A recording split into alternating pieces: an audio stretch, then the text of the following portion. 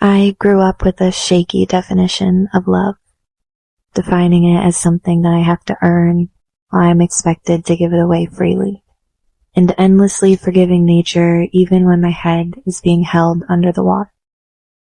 In my last relationship, I knew that I was ready to do the work, and so I did. I broke down my old foundation and let go of what I believed love to be. And then I was met with emptiness. But it was only from that emptiness that I learned what love was to me.